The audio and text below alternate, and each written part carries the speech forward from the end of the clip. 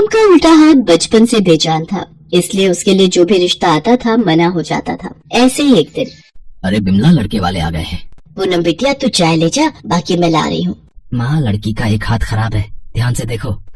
मदन जी, खाना पीना तो होता ही रहेगा है? हम बेटे से बात करके आपको कुछ दिनों में जवाब भेज देंगे। अच्छा, अब हम चलते हैं, ठीक है? पूनम के लिए एक और घर का रिश्ता मना हो गया था। वो बिना कुछ बोले थैला उठाकर सब्जी लाने के बहाने घर से बाहर चली जाती है। घर से बाहर निकलते ही वो फूट फूट कर रोने लगती है। मदन और बिमला भी बहुत दुखी होते हैं। पता नहीं मोहल्ले की सब लड़कियों के हाथ पीले हो गए। हमारी पूनम के भाग्य में न जाने क्या लिखा है। जो भी लड़का देखने आता है इसके एक हाथ की खराबी की वजह से मना कर देता है। क्या करे बिमला, वो दिन मुझे आज भी याद है जब पूनम छोटी थी। सुनो जी, बारिश बहुत तेज हो रही है। मुझे नहीं लगता ये झुग्गी ज्यादा देर तूफान सहन कर पाएगी।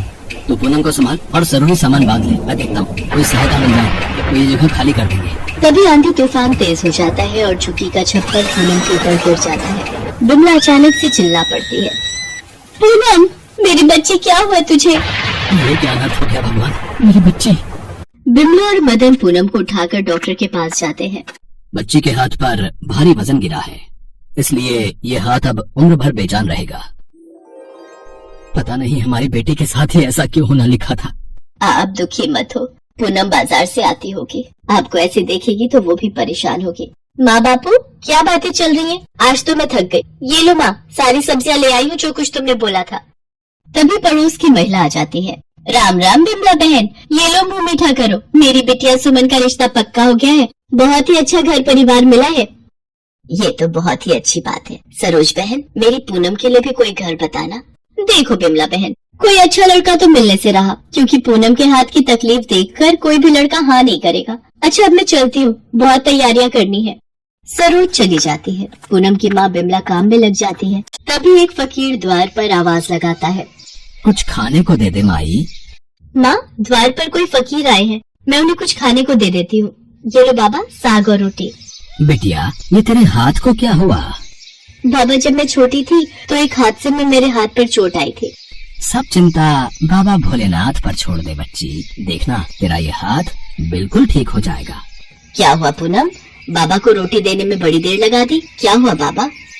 सब चिंता बाबा भोलेनाथ पर छोड़ दे बच्ची, देखना तेरा ये हाथ बिल्कुल ठीक हो जाएगा। बाबा, इसकी सारी सहेलियों की शादी हो गई। इसका बेजान हाथ देखकर सब लड़के मना कर देते हैं। पता नहीं इसका भाग्य कब खुलेगा। बिटिया, तेरी सारी चिंताओं की मुक्ति इस श्रावण मास में हो जाएगी। तू भोले बाबा के सावन के सोमवार व्रत रख, श्रद्धा भक्ति से पूजन कर। सावन का महीना भगवान शंकर को अति प्रिय है। जो कोई भी सच्चे मन से श्रावण मास में उनकी पूजा करता है, वो उस भक्त की सभी इच्छाएं पूरी करते हैं। और हाँ बेटी, भोलेनाथ के आशीर्वाद से देखना, इस बार तुम अपने माता पिता के साथ कांवड़ यात्रा भी करोगी। बाबा, मैं ये सावन के सोमवार व्रत जरूर रखूंगी। पूनम भगवान शिव के सावन मास में सोमवार व्रत रखने लगी। सावन मास में सुबह उठकर वो शिव मंदिर में जाकर पूजा पाठ करती और शिवलिंग पर जल चढ़ाती। एक दिन पूनम मंदिर में पूजा के लिए पहुंची। तभी, अरे कोई मेरी मदद कर दो, ये सामने कुएं से पानी निकाल दो, मुझे शिवलिंग पर जलाभिषेक करना है, कोई मेरी मदद कर दो। क्या हुआ बाबा, आप कुछ परेशान दिखाई दे रहे हैं?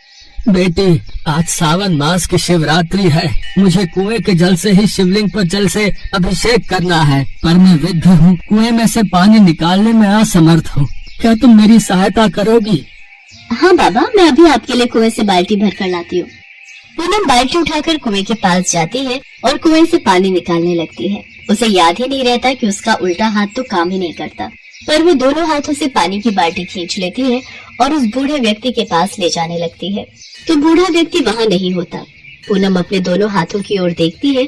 जो उल्टा हाथ बरसों पहले अपाहिज हो गया था, आज उसने उसी हाथ से कुएं से पानी निकाला। वो भागती हुई घर जाती है। माँ देखो, मेरा हाथ ठीक हो गया। भगवान भोलेनाथ ने मेरा हाथ ठीक कर दिया। क्या ये इतना बड़ा चमत्कार? हे शिव शंकर, आपका ये कैसा अनोखा चमत्कार है प्रभु। मेरी बिटिया का हाथ ठीक हो गया, भगवान आपकी महिमा अपार है। पूनम बिमला और मदन को मंदिर में घटी सारी घटना विस्तार से बताती है।